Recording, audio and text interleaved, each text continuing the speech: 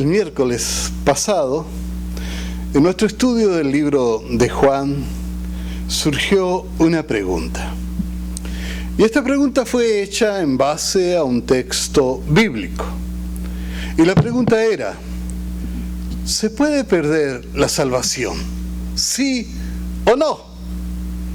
Y el texto bíblico que se citó al hacer la pregunta era Primera de Corintios, capítulo 9 y verso 27. Y este verso dice así: sino que trato severamente a mi cuerpo y lo pongo en servidumbre, no sea que habiendo proclamado a otros, yo mismo venga a ser reprobado. Estas son palabras del apóstol Pablo. Y el miércoles les pedí a los hermanos que me dijeran todos los textos que enseñen o que parezcan enseñar que la salvación se pierde, para analizarlos hoy. Y no recibí más textos, nadie más me dijo nada, así que yo mismo busqué algunos y hoy los vamos a analizar. Los hermanos conocen mi posición en esto, y aunque en realidad es un tema controvertido, y quiero ser claro, hay una gran lista de cristianos fieles a ambos lados de la controversia, y las personas que están a un lado o al otro lado de la discusión tienen sus textos bíblicos, a veces su lista de textos bíblicos favoritos, para afirmar su posición. Y no sería serio de mi parte hacer lo mismo, solamente mostrar una lista de textos de por qué creo lo que yo creo, e ignorar aquellos versos que son contrarios o que contradicen o que parecen contradecir lo que yo creo.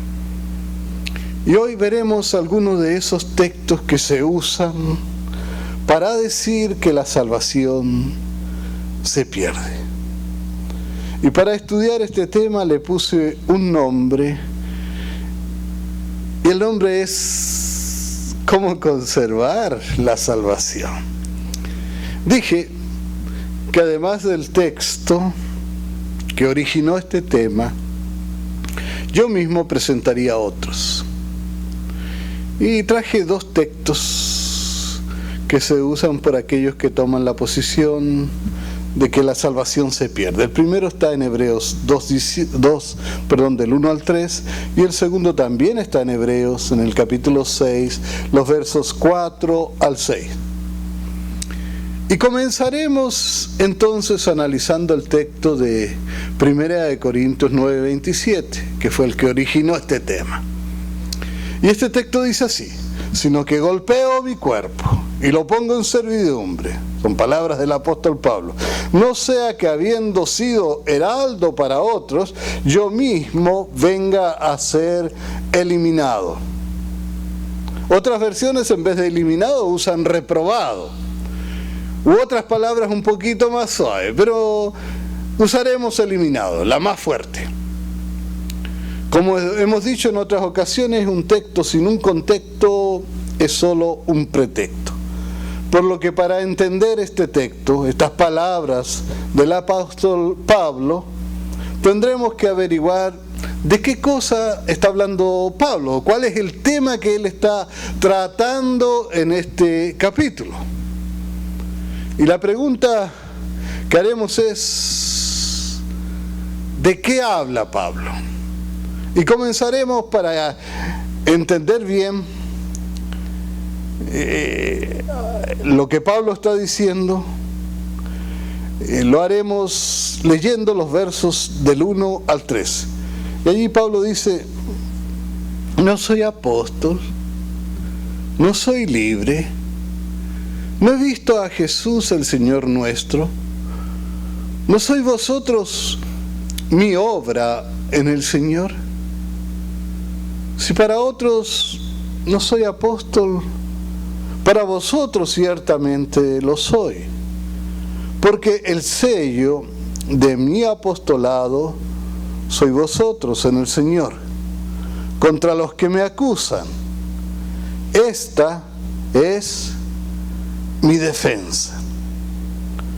Y creo, hermano, que todos estamos de acuerdo en que había personas que atacaban a Pablo. De hecho, en sus cartas Pablo tiene que defender su apostolado una y otra vez. Y quizás una de las razones por qué lo atacaban tanto es porque él antes había sido un fariseo, perseguidor de la iglesia, que había estado de acuerdo en matar a los cristianos y que incluso se había empeñado en una obra de destruir el cristianismo y de matar a todos los cristianos.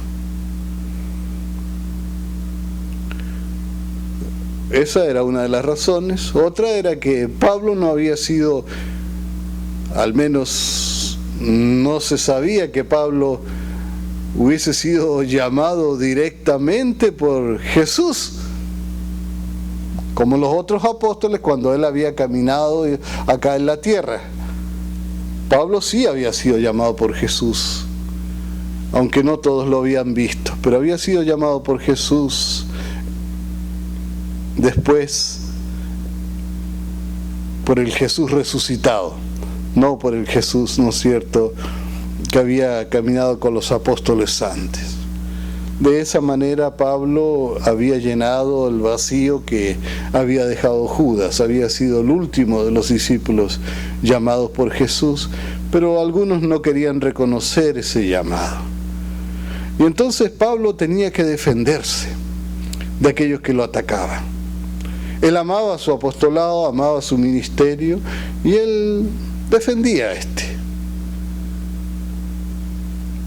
Incluso más adelante, Pablo nos dice que aunque él tenía derecho a un pago por su trabajo y a tener esposa como los demás apóstoles, él renunciaba a esto por amor al Evangelio.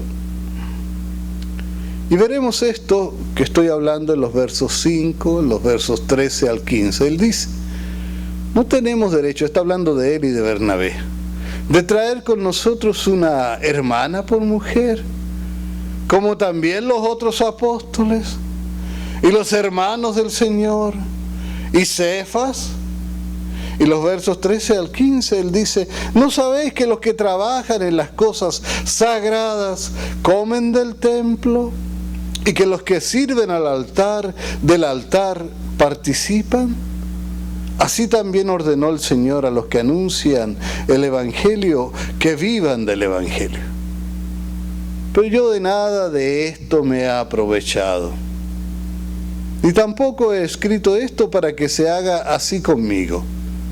Y escuchen las palabras, él sigue diciendo, porque prefiero morir antes de que nadie desvanezca esta mi gloria. Más adelante él compara su ministerio a los atletas. Pero estas palabras me llegan muy profundamente. Él dice que él prefiere morir antes de que se desvanezca esta su gloria. Para él el apostolado, el ministerio, la labor que él tenía, la misión que se le había encomendado era algo glorioso, era su gloria. Para eso él vivía. Él prefería morir antes que perder este ministerio. Por eso él lo defendía, por eso él luchaba y por eso es que él presentaba todas estas palabras, y de eso es lo que habla el capítulo 9 de Primera de Corintios. Y decía que más adelante, los versos 24 y 25, él comparaba su ministerio a los atletas. Y los versos 24 y 25 dice, ¿no sabéis que los que corren en el estadio, todos a la verdad corren, pero uno solo se lleva el premio? Corred de tal manera que lo obtengáis. Todo aquel que lucha, de todo se abstiene. Ellos a la verdad para recibir una corona corruptible, pero nosotros una incorruptible. Si nos damos cuenta, si leemos este capítulo, podemos ver fácilmente, claramente, que Pablo no está hablando de perder la salvación. Él está defendiendo su ministerio. Él no quiere perder su apostolado. Él es como los atletas. Él se abstiene de recibir un pago incluso. Y también se abstiene de tener esposa. Y incluso viviendo en un lugar tan corrompido como era Corinto, la ciudad de Corinto, él se abstenía de toda clase de corrupción pecaminosa como habían en esos lugares. Todos sabemos que los atletas para ganar una carrera se abstienen de muchas cosas. Se abstienen de alcohol, por ejemplo, se abstienen de comer mucho. Un atleta, si quiere triunfar, tiene que abstenerse de fumar, no puede trasnochar. Todo buen atleta debe hacer esto para ser vencedor. Y su ministerio y su apostolado, Pablo lo tomaba como una carrera. Y él quería ganar grandes premios, grandes recompensas en la vida venidera. Los atletas ganaban premios, ganaban coronas que duraban muy poco, que eran corruptibles, que no le duraban mucho. Pero aquel que vive para el Señor y que lucha para el Señor recibirá recompensas eternas. Y Pablo lo sabía muy bien. Y es por eso que Pablo luchaba por estas recompensas, por este apostolado y este ministerio que el Señor le había dado. Y es en este marco, mis hermanos, que aparece el verso 27, que fue con el que comenzamos. Y para entender correctamente el texto, había que leer el capítulo. Y ahora sí leeremos este verso. Dice, sino que golpeo mi cuerpo, así como los atletas, ¿verdad? No se trata de que Pablo se agarraba a latigazos. Algunos han entendido mal estas palabras de Pablo y por entenderlas mal han hecho barbaridades. El mismo Lutero, por ejemplo, acostumbraba en un tiempo a darse de latigazos y se practica en algunos grupos ascetas, incluso en grupos católicos, ¿no es cierto? La costumbre esa de golpearse creyendo que de esta manera uno se purifica de los pecados. Bueno, Pablo dice, sino que golpeo mi cuerpo y lo pongo en servidumbre, no sea que habiendo sido heraldo para otros, yo mismo venga a ser eliminado. Ahora todos tenemos una visión más clara de lo que Pablo quería decir. Él no está hablando de si la salvación se perdía o si no se perdía. Pablo estaba hablando de su ministerio. Pablo no nos dice que él toma un látigo y se da latigazos. Pablo nos dice que él castiga su cuerpo al no satisfacer deseos que lo podrían separar de su ministerio. Por ejemplo, él se mantenía moralmente limpio en una ciudad y en un tiempo de gran inmoralidad. Hoy en día cualquiera se hace llamar apóstol, incluso hay que pagar una membresía por allí con alguien y inmediatamente lo llaman apóstol, y si lo descubren después acostándose con una prostituta, como ha sucedido, al siguiente día lo veremos de nuevo predicando en el púlpito. Pero en los tiempos de Pablo las cosas eran diferentes. Este hombre tal vez podría llegar a predicar de nuevo si lo descubrían en eso, pero después de un largo tiempo en que hubiese sido sometido a un periodo de prueba. Y ya nunca más capaz sería llamado apóstol. Lo que Pablo nos dice en este texto es que él defiende su ministerio. Y no solo con palabras, pero con el ejemplo de su vida. Y que él entiende que hay cosas que lo inhabilitarían para su ministerio, que lo sacarían del ministerio. Y que por eso él se abstiene de estas cosas.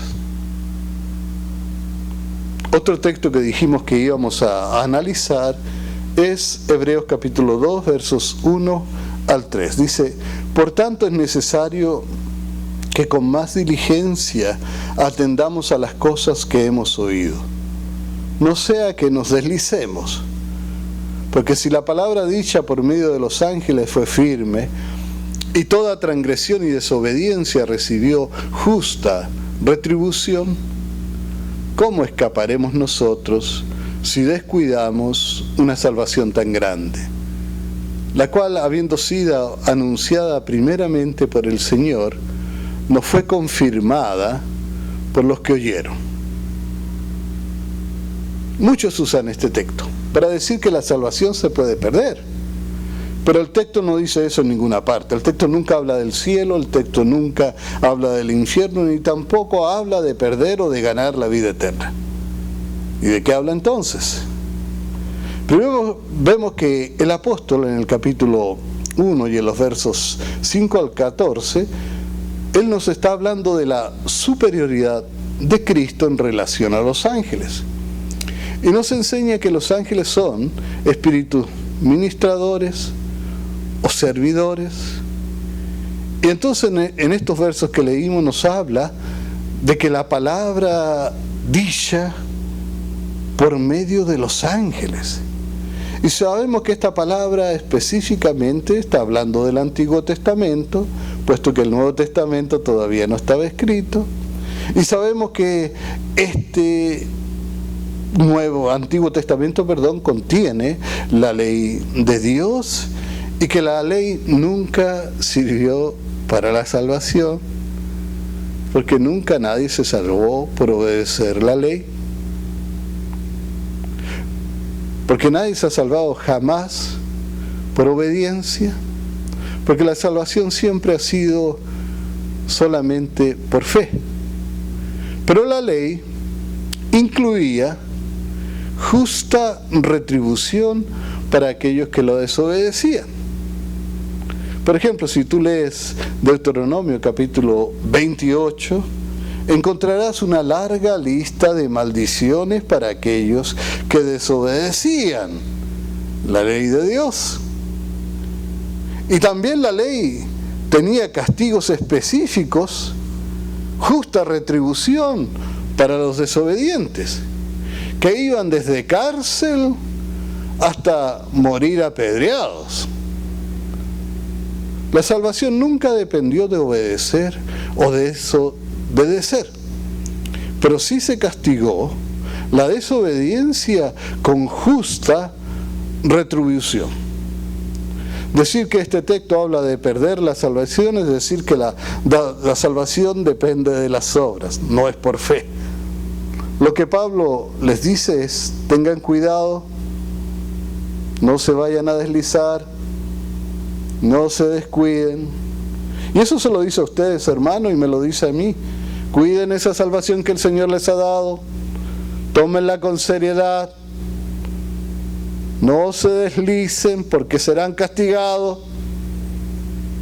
Él no dice cuáles serán los castigos, pero todos sabemos que la Escritura dice que, y está escrito, el Señor dice que Él reprende y castiga a todos los que ama. Y yo he visto hermanos que se alejan del Señor y dejan de venir a la iglesia y que al tiempo regresan. Y casi todos me dicen que regresan porque recibieron algún tirón de orejas y que por eso regresaron. Y a veces, hermanos, los tirones son fuertes y son muy dolorosos. Tengamos cuidado. Cuando la Escritura nos dice que no nos deslicemos es porque no es bueno deslizarse.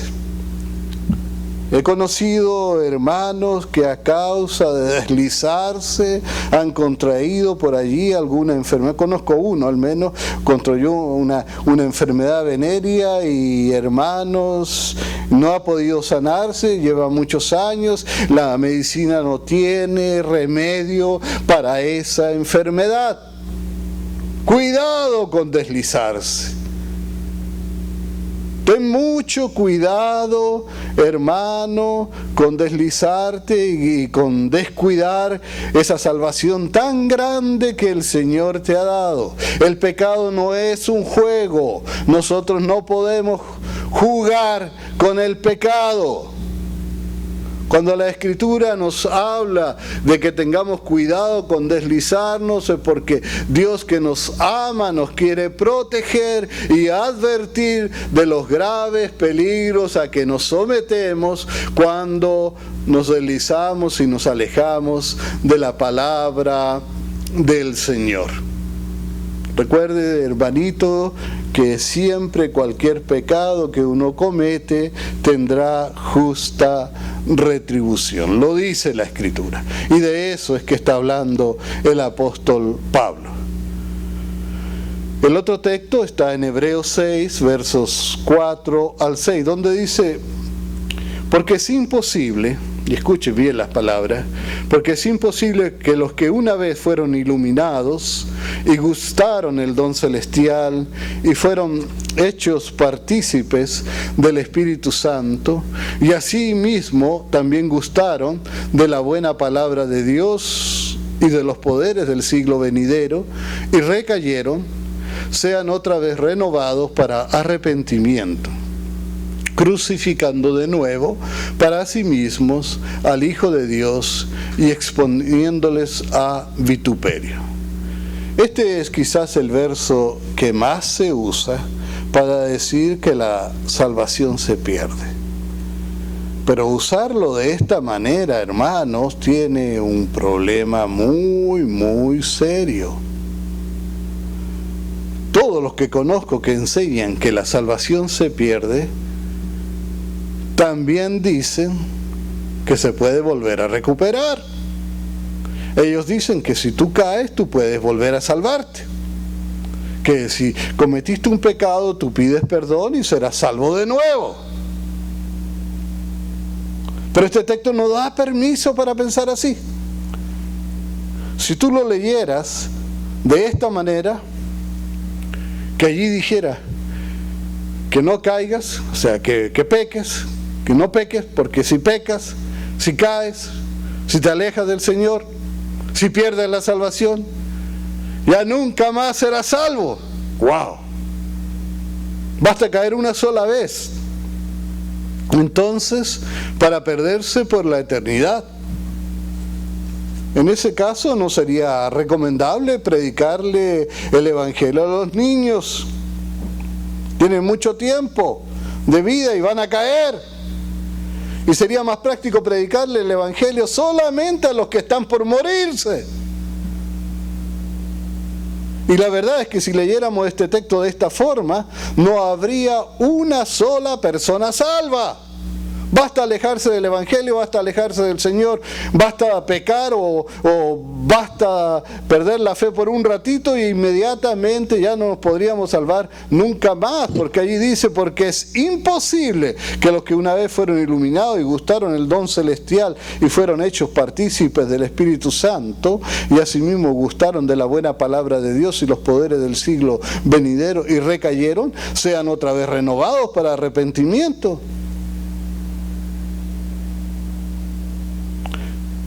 Esto no puede ser así. No está hablando allí de perder la salvación, porque de esta forma, si la perdieras, nunca más podrías recuperarla. Sería imposible. Y no habría una sola persona salva. Este texto no se puede usar de esta manera. De hecho, usarlo de esta manera es cruel y el que lo usa se está condenando a sí mismo para siempre. Primero recordemos que, para entenderlo, que Juan 10:28, hermano, nos dice, son palabras del Señor, donde Él nos dice, y yo les doy vida eterna y no perecerán jamás. Antes de explicarlo, quiero leer estos textos. Juan 10, 28, y les recomiendo leer 28 al 30. Dice, y yo les doy vida eterna y no perecerán jamás, ni nadie les arrebatará de mi mano. Y estas personas, si fueron creyentes, no podrían nunca ser sacados de la mano de Dios ni la de Jesús. Y estas personas, si fueron salvas, no podrían perder la salvación, de acuerdo a lo que Juan dice. Porque en este caso sí perecerían. Pero los versos 28 al 30 dice que no perecerán jamás. También la pregunta sería, ¿eran estos creyentes genuinos? Pero el texto dice, ¿acaso el texto no dice que habían sido iluminados? Y si fueron iluminados, ¿cómo que no eran creyentes? Y la palabra griega que se usa en este caso para hablar de iluminados es fotizo, que quiere decir que tuvieron un conocimiento intelectual de las cosas espirituales. En otras palabras, estas personas sí habían sido adoctrinadas. De hecho, tenemos que ver que Hebreos es una carta escrita a los cristianos judíos que se habían convertido. Y habían algunos que estaban queriendo regresar al judaísmo. Y aquí le está hablando a personas que habían sido adoctrinadas en las verdades del verdadero evangelio, que sus mentes habían entendido el evangelio, pero no habían recibido una iluminación espiritual que transformara el alma de estas personas. El texto también dice que estos eran partícipes del Espíritu Santo. Y la palabra que se usa para decir que eran partícipes es metochos. Y habla de una participación por medio de compañerismo. Estos habían sido partícipes de las bendiciones del Espíritu en la iglesia griega. Habían estado con gente que manifestaban las bendiciones del Espíritu y los poderes del mundo venidero. Estos habían visto y algunos hasta habían realizado milagros. Recordemos que la Biblia habla de algunos que dirán que hicieron milagros y que el Señor les dirá, nunca los conocí. Sabemos, por ejemplo, que el mismo Judas fue con los apóstoles cuando fueron enviados de 2 en 2. Y posiblemente él realizó también algún milagro y tiene que haber visto milagros. El texto dice que recayeron, porque en algún momento habían estado de acuerdo con las verdades del Evangelio, pero ahora estaban regresando al judaísmo. Y era imposible, hermano, que estas personas que habían venido al Evangelio, que habían escuchado la palabra del Evangelio, habían visto los textos bíblicos, se habían convencido de que el Evangelio era verdad, ahora regresaran, ¿no es cierto?, al judaísmo. ¿Cómo tú lo ibas a hacer regresar al cristianismo de nuevo? Ellos ya sabían todos los textos que ibas a usar. No había texto nuevo, no había argumentos que no se les había presentado. Ellos lo habían entendido, ellos lo habían aceptado, pero ahora se habían ido. Era imposible hacerlos regresar. Estos textos hablan de gente que conocieron el Evangelio en forma intelectual, que estuvieron en la iglesia, que participaron de la enseñanza, del compañerismo con los cristianos, que hasta pudieron hacer milagros, pero que nunca nacieron de nuevo. Nunca se convirtieron. Nunca fueron salvos. Juan nos explica mejor este pensamiento cuando nos dice la primera carta de Juan, capítulo 2 y verso 19, donde dice, salieron de nosotros, pero no eran de nosotros, porque si hubiesen sido de nosotros, habrían permanecido con nosotros, pero salieron para que se manifestase que no todos son de nosotros.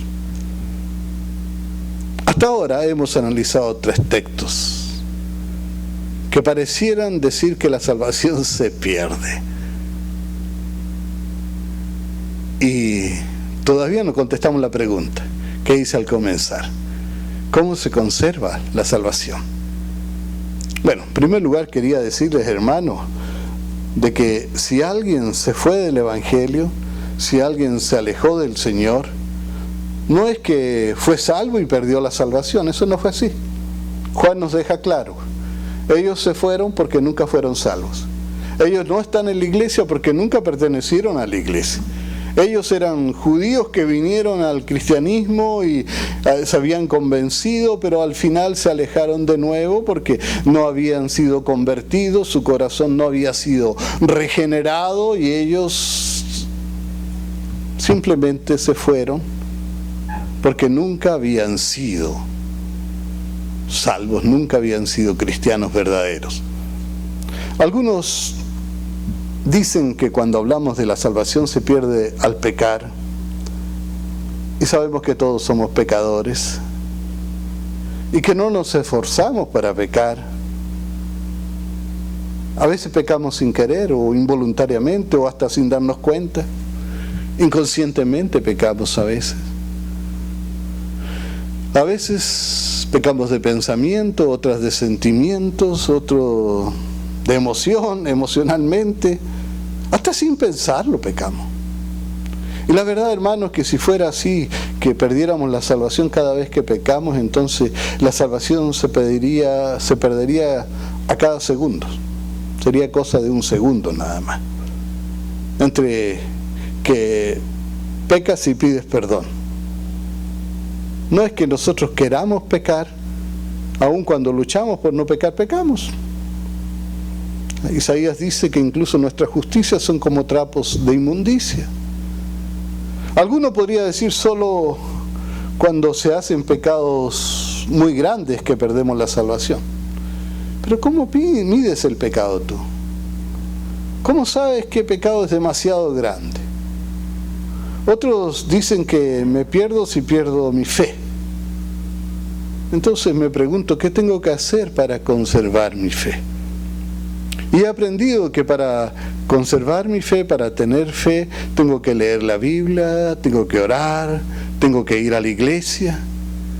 Y entonces tendría que decir que conservo mi salvación yendo a la iglesia, leyendo la Biblia, orando. Y entonces tendría que decir que conservo mi salvación por obras. Ya no es por fe ni es por gracia. Y eso no es lo que enseña la Biblia.